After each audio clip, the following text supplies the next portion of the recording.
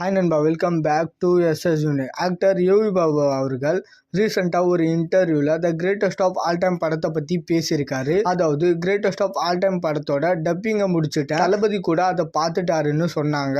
நான் டப்பிங்கில் சில டைமிங் கவுண்டர்ஸ்லாம் போட்டு இருந்தேன், ஏதாவது ஒன்று போட்டுட்டு போயிடுறேன்யா அப்படின்ற மாதிரி தளபதி சொன்னதாக சொல்கிறாங்க. ஸோ இந்த மாதிரி ஒரு பெரிய ஹீரோ அந்த வார்த்தையை சொல்லும்போது ரொம்பவே சந்தோஷமாக இருந்துச்சு அப்படின்ற மாதிரி யோகி பாபு அவர்கள் ஷேர் பண்ணியிருக்காரு. And the greatest of all time படத்தில் யோகி பாபு அவர்கள் எப்படி ஆக போறாருன்னு சொல்லிட்டு வெயிட் பண்ணி பார்க்கணும்.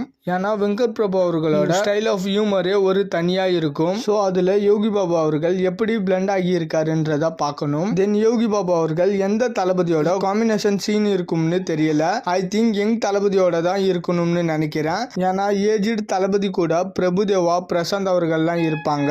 ஸோ யங் தளபதி கூட தான் வைபவ், பிரேம்ஜி, யோகி பாபுலாம் இருப்பாங்கன்னு நினைக்கிறேன். அண்ட் யோகி பாபு அவர்கள் ஹீரோவா நடிச்ச போட் அப்படின்ற படம் நேத்து ரிலீஸ் ஆகியிருக்கு. பட் ஆனா படத்துக்கு விமர்சனங்கள் டீசெண்டா தான் இருக்கு. அதுவும் புலி படத்தோட டைரக்டர் சிம்புதேவன் அவர்கள் தான் இந்த படத்தை டைரக்ட் பண்ணது.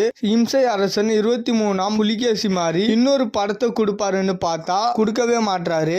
எனிவே விமர்சனங்கள் சுமாரா இருந்தாலும் படம் வெற்றி அடையணும்னு சொல்லிட்டு விஷ் பண்ணிக்கலாம். And the greatest of all time படத்தோட தேர்ட் சிங்கிளான ஸ்பார்க் சாங் பார்த்தீங்கன்னா இன்னைக்கு ஈவினிங் 6 மணிக்கு வருது. ஸோ ஈவினிங்ல சோசியல் மீடியாவில் ஒரு வேற லெவல் செலிப்ரேஷன் இருக்கும். ஓகே நண்பா, சாங் எப்படி இருக்குதுன்னு சொல்லிட்டு வெயிட் பண்ணி பார்க்கலாம். அண்ட் இது மாதிரி தளபதி பற்றின அப்டேட் தெரிஞ்சுக்க மறக்காம எஸ்எஸ் யூனிக் சேனலை சப்ஸ்கிரைப் பண்ணி சப்போர்ட் பண்ணுங்க.